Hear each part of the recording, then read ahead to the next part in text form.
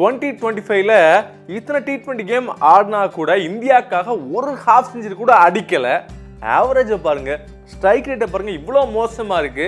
இவர் Indian team கேப்டனா கண்டிப்பா யூஸ் பண்ணி தான் ஆகணுமா அப்படின்னு பல பேர் கேள்வி கேட்டுக்கிட்டு இருக்கிறாங்க. ஸோ இந்த கேள்வி ஸ்கை மேல தான் எழுந்திருக்கு. என்ன காரணம், என்ன விஷயங்கள் போய்கிட்டு இருக்கு பார்த்துருவோமா?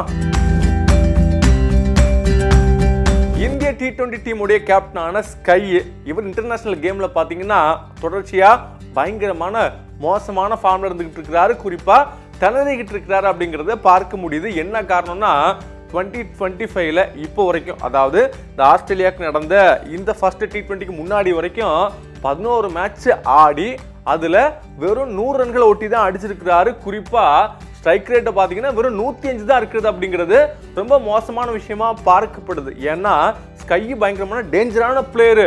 அவர் பார்த்தீங்கன்னா நடந்த IPL போட்டிகளில் அடி நொறுக்குவார். போன சீசனில் பார்த்தீங்கன்னா மும்பைக்காக 700 ரன்களுக்கு மேலே அடித்தார் நல்ல ஸ்ட்ரைக் ரேட் அப்படின்னு சொல்கிறப்ப அங்கெல்லாம் அடிச்சுட்டு இந்தியன் டீம்னு வரப்ப ஏன் சொதப்புறீங்க, ப்ரெஷரா, என்ன பிரச்சனை அப்படிங்கிற கேள்வி பல பேர் மத்தியில் எழும்பியிருக்கு. ஸோ இதை பற்றி பேசின இந்தியன் டீமுடைய முன்னாள் பேட்டிங் கோச்சான அபிஷேக் நாயர் என்ன சொல்லியிருக்காருன்னு பார்த்தீங்கன்னா, இந்த ஆஸ்திரேலியன் சீரீஸ் இவருக்கு ஒரு முக்கியமான சீரீஸாக இருக்கும். என்ன காரணம்னு பார்த்தீங்கன்னா, இந்திய அணி கண்டிப்பாக ஜெயித்தே ஆகணும். ஏன்னா ஆல்ரெடி ODI கேப்டனா கில்லு பார்த்தீங்கன்னா போயிட்டாரு. ஸோ ஒரு பயங்கரமான போட்டி இருக்கும். அடுத்த T20 வேர்ல்ட் கப் பார்த்தீங்கன்னா இன்னும் ஒரு வருஷத்தில் வரப்போகுது.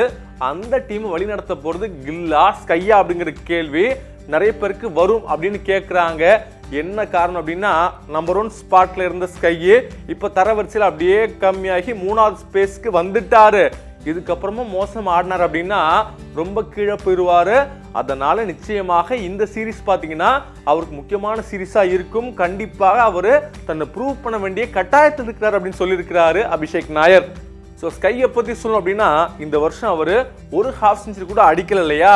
ஸோ அதிகபட்ச ஸ்கோரே பார்த்தீங்கன்னா பாகிஸ்தானுக்கு எதிராக ஏஷியா கப்பில் 47 ரன்கள் அடிச்சிருந்தாரு. அந்த சீரீஸை கைப்பற்றி கொடுத்துட்டாரு. அப்படின்னாலும் கூட அவரோட ஸ்ட்ரைக் ரேட்டும் சரி, ஆவரேஜும் சரி ரொம்ப மோசமாக இருக்குது அப்படிங்கிறது தான் உண்மை. என்ன காரணம்னா, எப்போவுமே ரொம்ப டேஞ்சரஸாக ஆடணும்னு நினைக்கிறாரு. அதன் காரணமாக தான் ரிஸ்கான ஷாட்டை அடித்து டக்குன்னு அவுட் ஆயிடுறாரோ. கொஞ்சம் கேமை ப்ராப்பராக விளையாடணும், கேப்டன்ஷிப் பொறுப்பை எடுத்து கண்டிப்பாக ஆடணும் அப்படிங்கிற மாதிரிலாம் சொல்லிக்கிட்டு இருக்கிறாங்க.